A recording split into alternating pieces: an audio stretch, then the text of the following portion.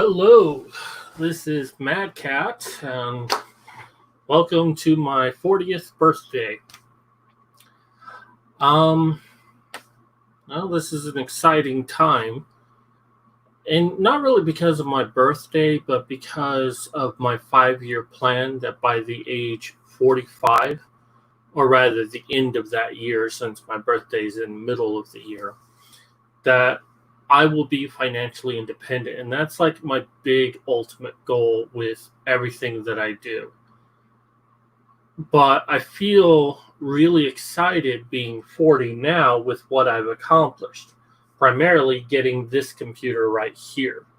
Because once this drink virus is done, there's a lot that I'm going to be able to do, especially with video editing. There's a lot of projects I have planned. I want to do more courses. I want to do live teaching at libraries, but it's kind of hard to do that with the whole COVID thing. But so I'm really excited right now. And, some people that get to the age of 40 and they're like, oh, my life is over. But, I've been feeling like that for 8 years now. I just celebrated my 8th anniversary of my injury.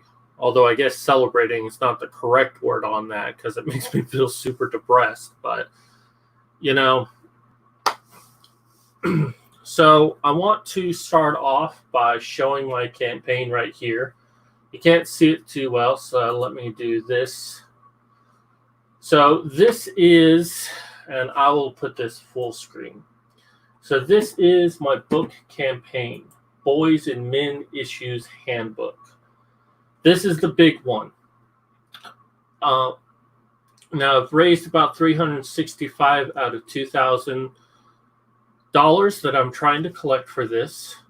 Now, since my previous book, How to Destroy Women Now, which was a satire of how to destroy men now, proved to be so successful, I realized that political books were probably my future because I want to make it as a writer. That's what I was born to do. I've published a number of books, but none have been more successful than How to Destroy a Woman Now. And so I'm taking the plunge and I'm going to write a book on, how to, discussing male issues and how big they really are. And it is my hope that I can make a career out of this on helping me have financial independence at the end of 2025. So I won't read this whole thing, but I'll play this video real quick. I don't know how well you can hear the sound, but if you go to this, you will. And just represent some facts.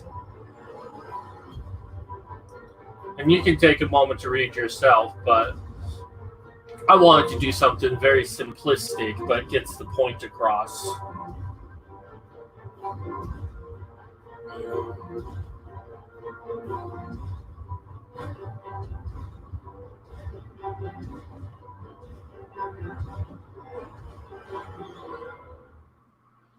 As you can see with all of those, not only did I point out the facts, I told you where you can go find them.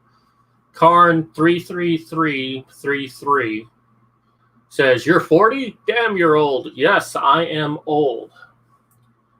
But I'm not over the hill yet. Get back to me when I'm 50. We'll see how I feel then. So the point of this book, and I'll switch back to my wonderful face.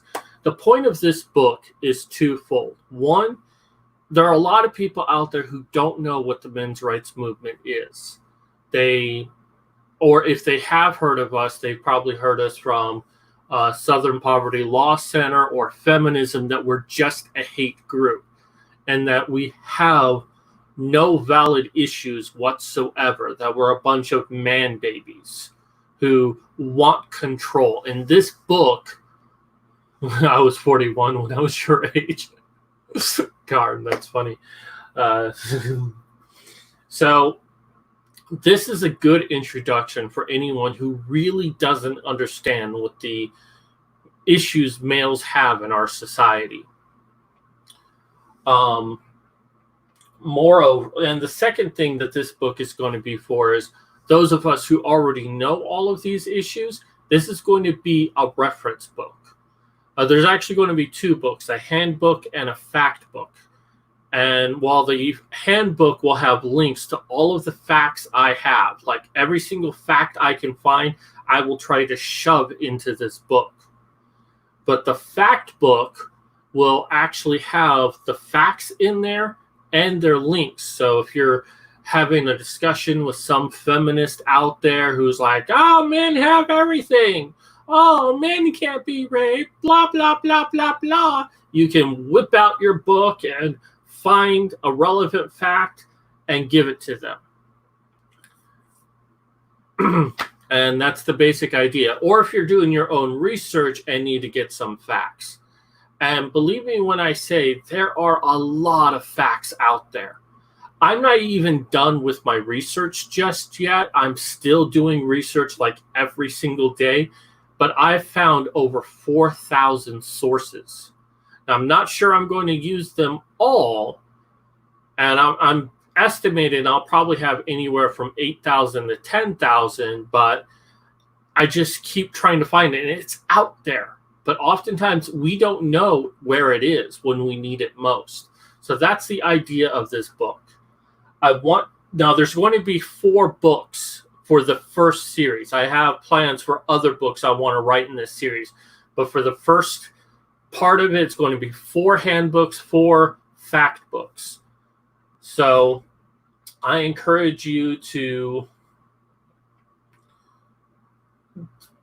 donate to this campaign because I think this is going to be a very important book. So if you can give anything at all, it can be $1. And if I have 2,000 people give me $1, boom, I'm done right there. But if you can support me at all, I appreciate it. And if you can't, if you really can't afford money, hey, we're going through a crisis right now. I understand. I wish I could have delayed it until after this crisis, but I'm trying to release the first book on November 19th, so I had to do it right now. But if you can't do it, please share this. Go on social media, make a new tweet, make a new Facebook post. What do you call it on Minds? I guess it's also a new post. Whatever social media, make your own post and just put it out there. Because the more people know about this, the better. So any help you can give is greatly appreciated. So I'm going to leave this up as we talk, as I hope people... Here, let's zoom this up a little bit. There we go. All right, so for my birthday, which is today, but last week I went on vacation. Sorry, someone is pegging me on... Okay, so I always wanted to go to Lake Havasu. Now, 2 years ago, we went on a trip to Philadelphia and back to get all the stuff that I had when I moved there for 18 months. And it really wasn't much of a vacation with me and my mom, and it kind of really made us stressful. And we got to see a lot of things, but we didn't really get to relax. But I did get all my stuff, so that made me super happy. So anyways, this time we wanted to go somewhere local, and I thought, hey, why not Lake Havasu? Because the London Bridge is there. So this was a horrible vacation. I'll just put this right out here. That's why the title says Disastrous Vacation. It was bad. Excuse me just one moment.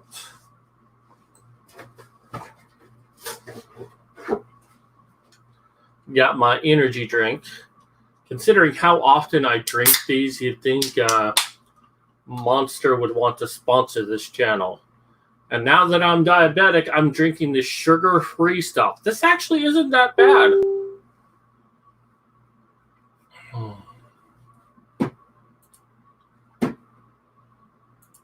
People are wishing me happy birthday right now, so that's quite nice.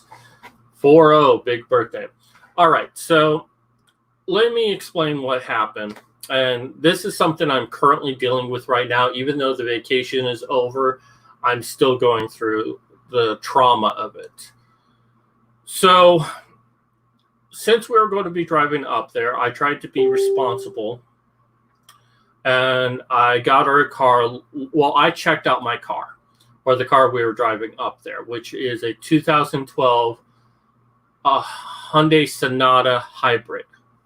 Okay. So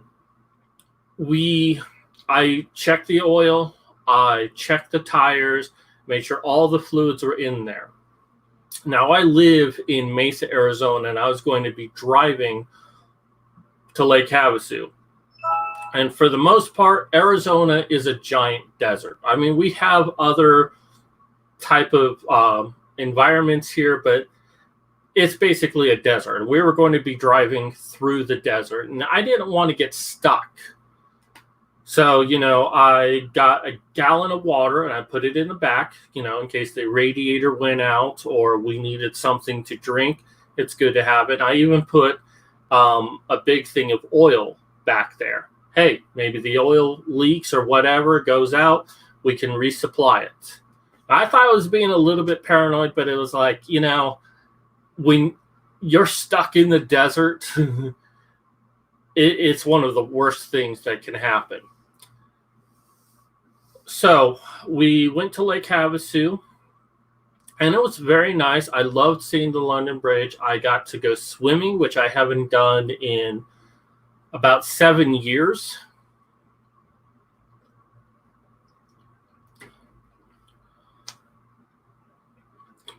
And as much as I enjoyed the London Bridge, like the town that's built around the London Bridge, there really isn't anything there. There's just a lot of fast food restaurants, really. Just hotels and fast food restaurants. And I'm told that that's typical of a resort town. I don't know if that's true or not. I haven't really had a vacation before. At least one where I actually went somewhere.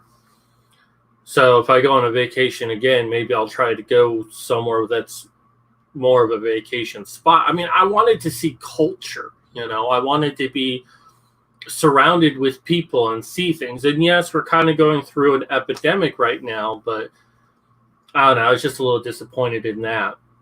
And really, going up to Lake Havasu is a one-day thing. You go there, you see the bridge, maybe you go on the water, that's it. And if you have a boat, great.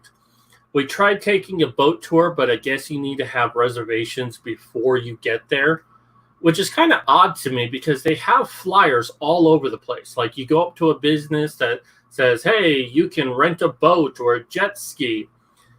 And then they give you a flyer. I called them up and like, no, we're all booked up. And it's like, then why give out a flyer? That makes no sense whatsoever. So we didn't really get to explore the lake or the river. So that was kind of a letdown, but, it's a minor thing. I still enjoyed seeing the London Bridge. So after a few days, the last night that we were there, we decided to get dressed up, me and my mother. We wanted to go to a nice restaurant. And I tried going on Google Maps and looking for some places, and I found a steakhouse. Well, funny enough, all of the places around there required some sort of reservation, except a pub, but that's not really a place to go for fancy dining. So I found a steakhouse, and all the reviews said it was great. And they're like, well, yes, you do need to have a reservation, but we can get you in now. So that was nice. That place was not a reservation place. I mean, me and my mom, we don't really do reservations. I've never really been to a restaurant where you have to call ahead. I think the last time I had to do that was for like when I went to prom or some school dance. And even then, I don't think that was necessary. We just sort of did it just to make sure we'd get a table. So we went into this place, and they have like cheap office chairs that's just kind of like a little seat with a little back. They had no booths whatsoever. They didn't even have regular chairs. They just had these little chairs on like office chairs. You know, they have the 5 spokes on the bottom, the 5 legs. And, you know, it was a very loud environment. The food was okay. Now, the steaks they made were fantastic and they were cooked properly. But like they gave me mashed potatoes, they were lukewarm. They gave me soup before and it was tasteless. Like there was no salt or any seasoning added to it. They don't even give you salt and pepper on the table anymore. You have to ask them for that. So it wasn't a fantastic restaurant. Me and my mom, we were just like, let's order the cheapest steak we can get. We had top sirloin. And we just wanted to get out of there. But the steak was good. So our vacation was over. We were going to drive up to the Hoover Dam and then drive back home. Now, from Lake Havasu to the Hoover Dam, it's about 2 hours. It kind of took us about 3 hours to get there. There was a little bit of traffic. We got detoured a couple of times.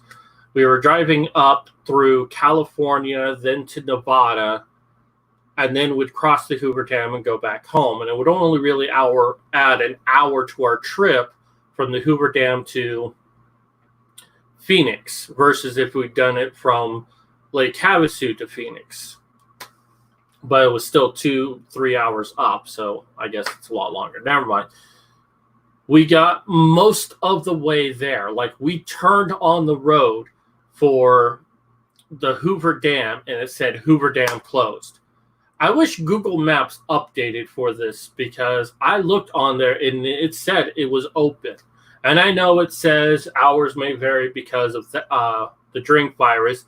But honestly, shouldn't Google be on top of all of this? Shouldn't they make their interface easy enough that they can update on the fly on whether or not they're open or not? That's my thought. Something's wrong with Google Maps if they can't access that quickly. Because a lot of people use Google Maps to figure out whether things are open or not. And maybe I should have called ahead, but I didn't exactly see a phone number. So it was a bust. I didn't get to see it at all, not even from a distance. Oh, well, we drove back home. At least we got to see some pretty mountains, which I do love looking at mountains. Was it worse than the Greyhound trip? Oh, yes. I haven't gotten to the worst part yet. It's about to come up. So we were driving, and then we were about 120 miles from Phoenix, 30 miles outside of Wickenburg, which is kind of a small town, like an hour or so out of Phoenix. So we were about 30 miles from that, and the car started giving us a message. It said, hybrid warning system, pull off to the side of the road and turn the engine off. Now, we're in the middle of a desert, so we do that. We wait about 10 minutes.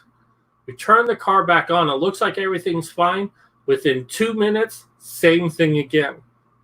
So we pulled over. And from there, we couldn't really get the car to start without that message. And the car just really couldn't do anything else. It's like the car was disabled on us. We got no other warnings whatsoever, and that's going to become important in just a moment. But so we're trapped out here in the desert, and to top it all off, we were in a dead zone. I couldn't get a cell phone signal out whatsoever from where we were at. Now, my phone only had a couple of percentages on it before I was going to die. Luckily, my mom had her cell phone that was halfway full, but I walked like a mile out and I still couldn't get a signal. So I walked back and walked the other direction and managed to get a barely passable signal, but on occasion it would just drop off. So our first thought was to call my brother, Now, he's not a very reliable person, but, we didn't have much choice. We called him to come get us. And after about 5 attempts of calling him, hanging up, or just not being able to get a hold of him, I finally told him what was going on. And, one of the first things I said to him is like, look, this keeps dropping on us. So, we need you to come pick us up. But part of the problem is there were no mile markers at all. I had no way of describing where we were at. There were no landmarks whatsoever. I finally found a sign that said Joshua Tree Park Scenic View. It's a stretch of road with Joshua trees or whatever. And I tried using that. And I just said, look, get on to the freeway. I told him what freeway it was and just keep driving and you'll see us. After that, I told my mother what was going on. I had to walk back to the car. Now, luckily, I had packed water, not just a big jug, but other bottles of water, stuff like this right here. So I then decided to go call the police. Well, of course, dead zone, so I had to walk back out to where I had a signal. I must have done that several times. And I called the police on my mother's phone. And again, I couldn't tell them where we were at. I could give them a vague sense, but I'm like, this is the sign that we see. Well, the police ended up going to the other end of it, even though I told them we were traveling north from the Hoover Dam, and this is the sign that we see, but they were like miles and miles down. Eventually, my brother shows up, and then like minutes later, the police show up, and that's how we found out about that. So we left the key there. I thought I had left it unlocked, but apparently the towing company said it was locked. They had to tow it. They had to break into it in order to tow it. So then we end up getting home. The towing company, so this was about 4 p.m. We had been out there for 3 hours. Like the car stopped at 1 o'clock. And about 4:30 is when my brother and the cop showed up. So we were sitting in the sun for 3 hours. Not fun to do, let me say.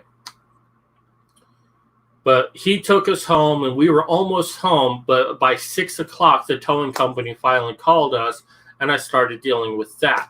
And, at first the cop was telling us we had to stay with the vehicle. But then he said he'd take care of it. That's not a problem. So I'm glad I didn't have to stay with the vehicle, because I'd have to wait 2 more hours for them to call me. And then, surprise, surprise, they still hadn't picked it up by then. So I called them the next day, made sure that everything was good, got their address, and then I called over to the car company, Hyundai. Because with Hyundai, you get a 10-year, 100,000-mile warranty. So, and according to them, if it is a problem with the hybrid system, which the warning message said it was, then it's covered under the warranty. And this is the part that I'm still dealing with, is dealing with this warranty information, because this is about to get really good. So, sorry, I need another drink.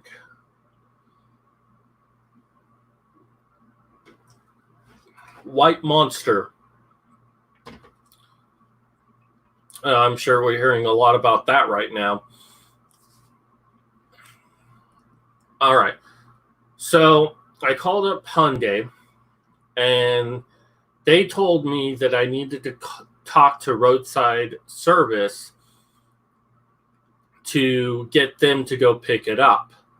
Like, oh yeah, you need to call them. And the thing I asked them was, are they going to require any information? I'm like, no, just call them and they'll get it all worked out. Well, roadside service asked if I had the VIN. They wanted me to give them the VIN. I'm like, well, no, I don't have that. It's like, well, we can't do anything without it. So I called back to Hyundai, And I'm like, well, we don't have the VIN. It's in the car. Can you give it to us? So they gave me the 8-digit code. Now, VIN is a long series of letters and numbers, but they gave me the short. And I'm like, well, what if they want the long one? And I'm like, no. Roadside won't need that. They just need the short number. Call over the roadside. They're like, nope, we need the full number. Call back over to Hyundai. Then they finally gave me the full number.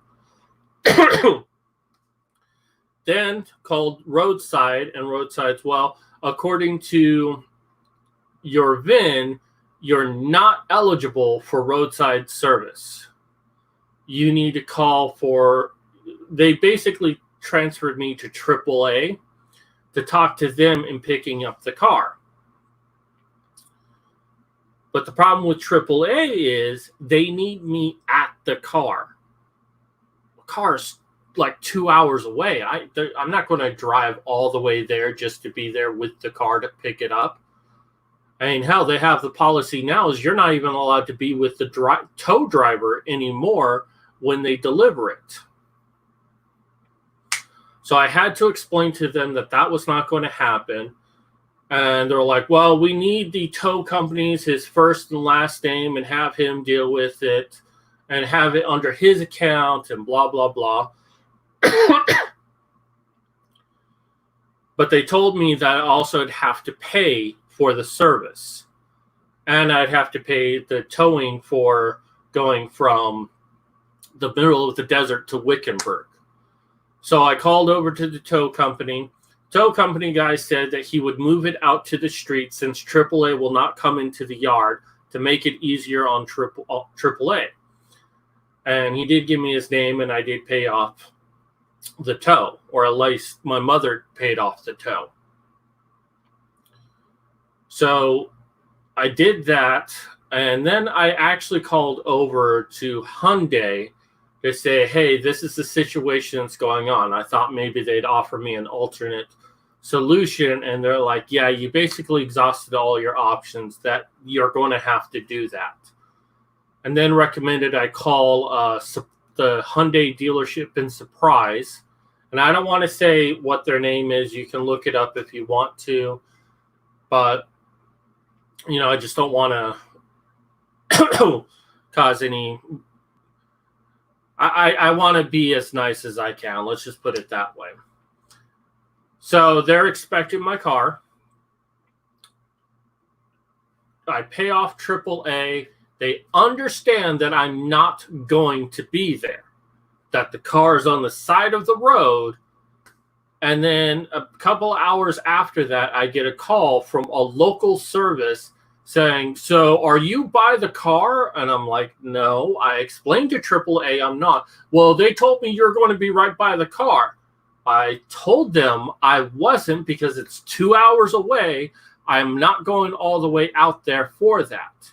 Finally talked the guy into, he's like, well, I'll call them back and see what they said. I didn't hear anything for a couple more hours. And the next phone call I got was from the Surprise Glendale dealership for Hyundai. So good. It got there. And they said that they would take a look at it and call me back with an update.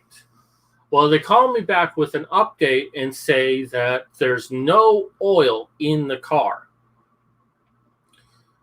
Now, remember, at the beginning of all of this, I said I checked the oil, and there was oil in that car. I put oil in there.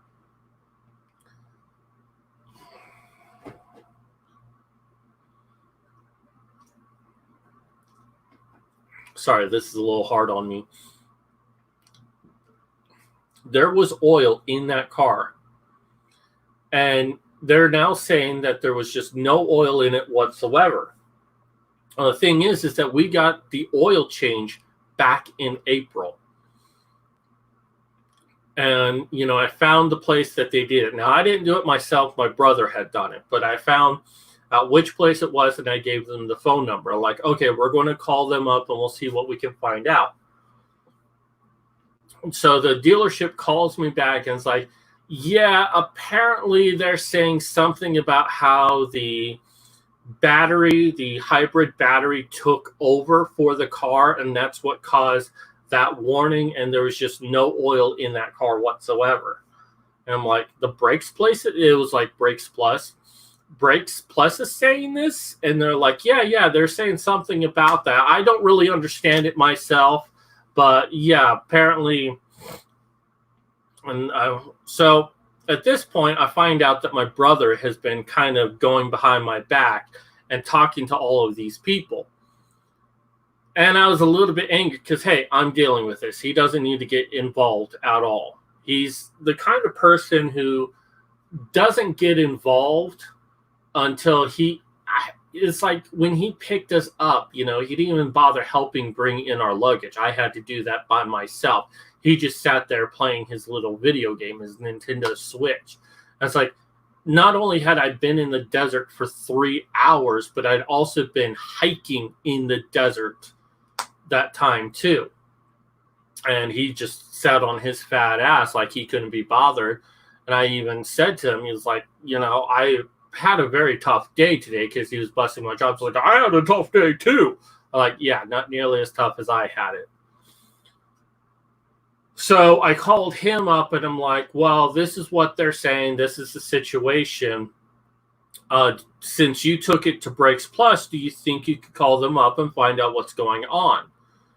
And he's like, well, I don't really see why. And it's like, well, according to Hyundai, it's their fault, and they're not wanting to take responsibility. It's like, yeah, they're not going to take responsibility for that. I'm like, okay, but will you call them? And I'm like, yeah, I'll call them.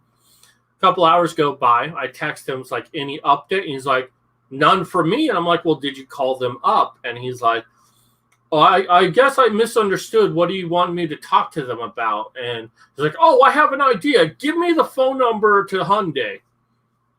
And he's like that. He'll just like demand things from them. They're like, give me this phone number. Give me that phone number. Give me this address. He has no social communication skills whatsoever. He just makes demands of people, or he starts conversations in the middle of the conversation. And he's like, oh, well, I told you everything you needed to know. I explained. No, you didn't explain yourself. And at this point, I was angry with him because he was supposed to call them, and then he pretty much refused to call them. And he's like, oh, I have an idea. I'm like, no, I'll take care of it. I'll take care of it if you're not going to do anything. Now, he ended up having a good idea, but I'll get to that in a sec. I called over to Brakes Plus. Now, Brakes Plus, I know this is getting pretty long right now. I'm almost done with this story. I actually learned quite a few things from Brakes Plus. According to Brakes Plus, they were telling him, the person I talked to, that the battery took over and was controlling the car, and that's what drained it. Now, Hyundai was telling me that Brakes Plus was saying that. It was like they were gaslighting me or something. Like they didn't think I'd be calling Brakes Plus or anything. And it's like, because that doesn't make sense to me. We were like driving pretty much at 75 miles per hour. Occasionally we'd get up to 90 if we were trying to bypass a car on a two-way lane highway. Like if we have to get around so we don't get hit by oncoming traffic.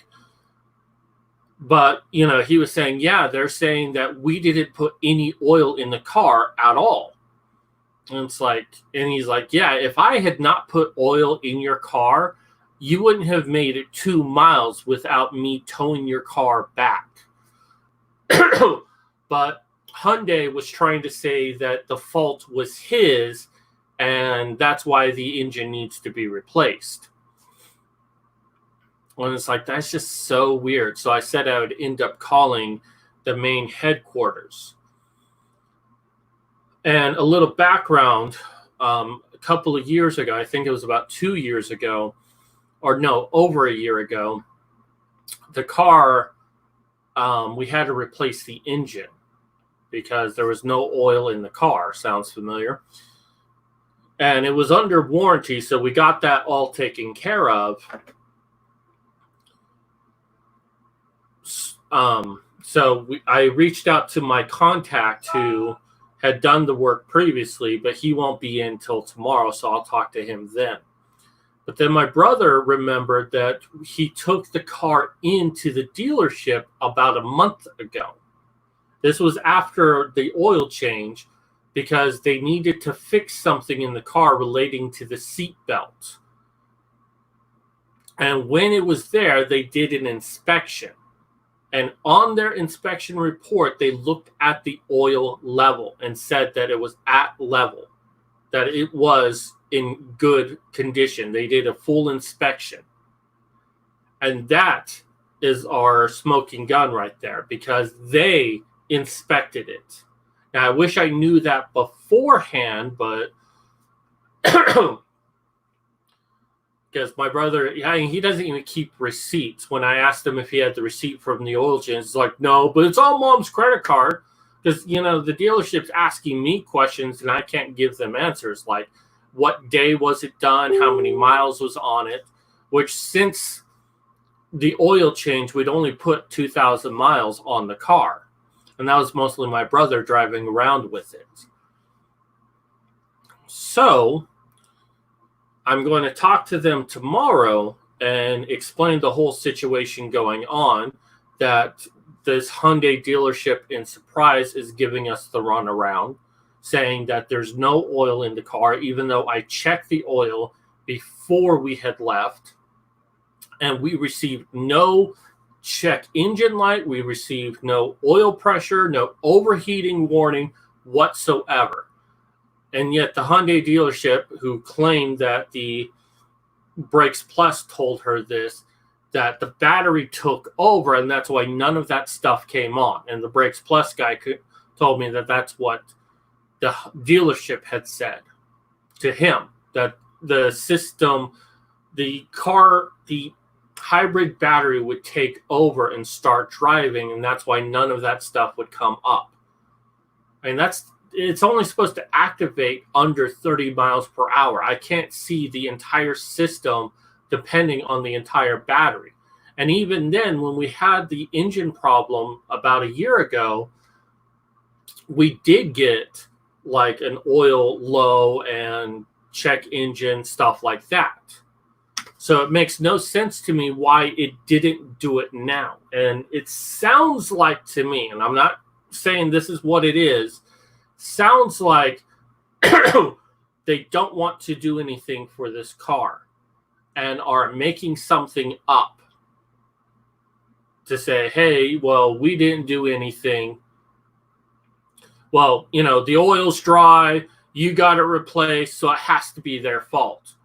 Because we got it checked less than a month ago at an authorized Hyundai dealership.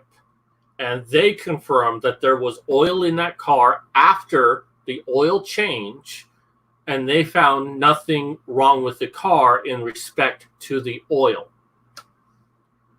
And I'm going to talk to them about that, because it sounds like, and I've heard something about oil evaporation, because the dealership right now can't find a leak as to explain why the oil is gone.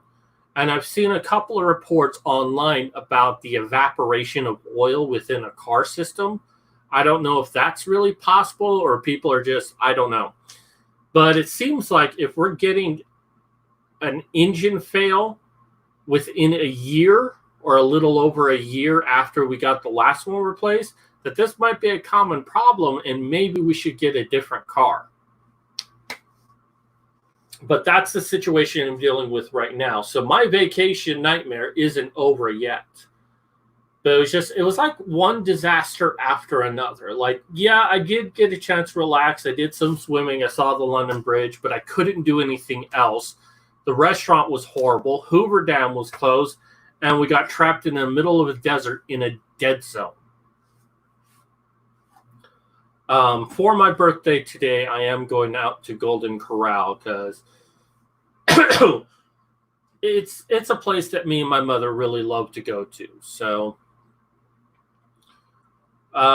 what is 40 for me right now? It's the 40th birthday. It's the big birthday. When you realize you're going to die one of these days. I'm doing what I can to keep myself busy, like working on this project right here, or I guess this project right here, or this one. I don't know. Anyways, whatever's on the screen in whichever direction. I want to get this out. Now, if I can get the $2,000, it'll be wonderful. If I can't, I can produce this book with $0, honestly. But then that's also going to mean that the quality is going to be low. I want this to be the highest quality possible. So if I can get it, great. If I can't, it's still going to happen. So I ask that you help me out with that. Now, in the process of all of this, we ended up getting another car. In fact, it was a Sonata. My mother got a 2020 Sonata, not a hybrid, though. We're going to stay away from the hybrids because, if it wasn't a hybrid, if what they say is true and the battery took over the system and didn't tell us that it didn't have any oil. I had oil in the back. I could have pulled over, made a funnel out of a piece of paper, poured in the oil to get us all the way home. It didn't tell us there was a problem. Sounds like a design flaw in all honesty.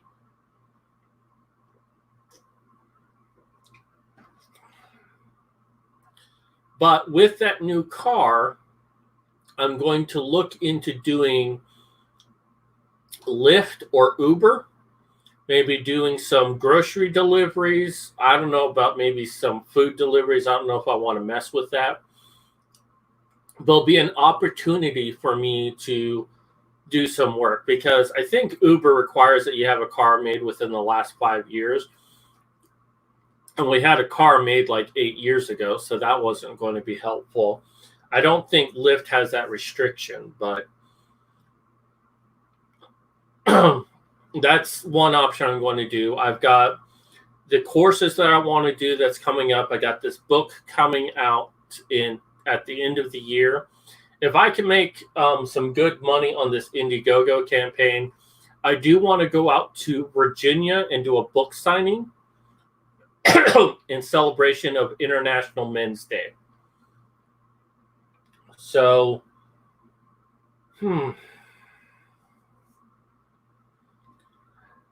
I'm not really letting my age get to me. I've just been so focused on getting myself out of this situation, and I estimate it's going to take me 5 years longer to do that. But I've got a plan of attack, and by the time I'm 45, I want to be able to live on my own. But, I'm not doing this book just for money. I hope I can make a career out of this. I would give this away for free if I could. In fact, I'm going to upload all the sources I found on wikiformen.com. So all of that information is going to be there as well because I want people to have access to it. But, I need money so I can live. Otherwise, I'd probably give this book away for free if I could. So I have a plan of attack. There's a lot of different things I want to do. And then, I'll be able to live on my own. That's really my goal right now. Live in my own place, make my own rules, and get the help that I need. So I don't feel depressed. I don't feel like, oh no, the world's come to an end. I'm 40 years old. One day I'm going to die. Because even if I live till I'm 80, that's another 40 years. I've made it 40 years now. There's another 40 years. But my plan of attack is this. The next 5 years is going to determine how I live for the next 20 years. And the next 20 years is going to determine how I live for the rest of my life. So when I get to 45, I need to be in a place where I can take care of myself and build upon that until the age of 60. And once I hit 60, I should be in a pretty solid situation that I don't really need to worry too much about the rest of my life. So that is my game plan. That is my plan of attack.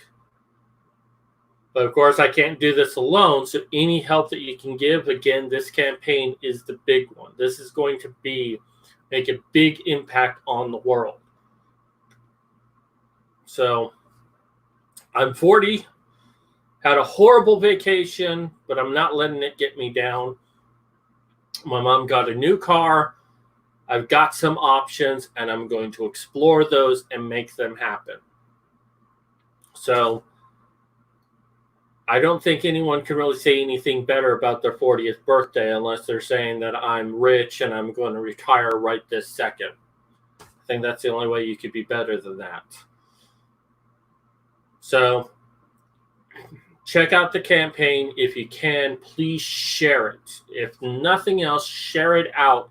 More people who know about it, the greater chance I have to be successful. I really want to make that $2,000 so I can give the best possible book I can. Because I don't want anyone to say, oh, this is poorly written, I'll give it 1 star. Or, oh, there's spelling mistakes. Oh, there's this or that. I want to give the absolutely best book I can. So if someone gives me a 1 star, it's probably because I'm Sandrist. I don't want to give anyone any ammunition as to why they want to give this book a low marking.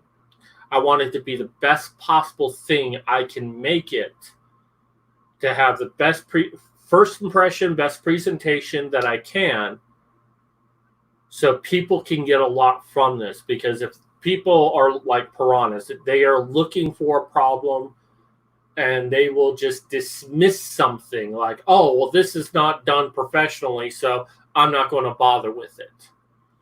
Even though there's not a whole lot I can do. I can't really work right now. I'm going to try, but I really can't. I can't rely on that.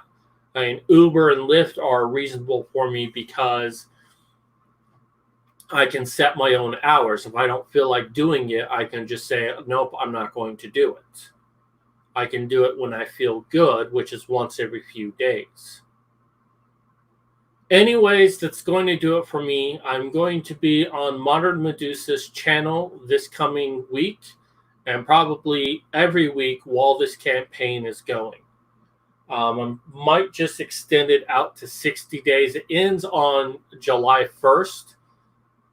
Well, it says I have 17 days left, but at the end of that, I'm probably going to extend it out to a full 60 days, so 30 more days. Hopefully I can get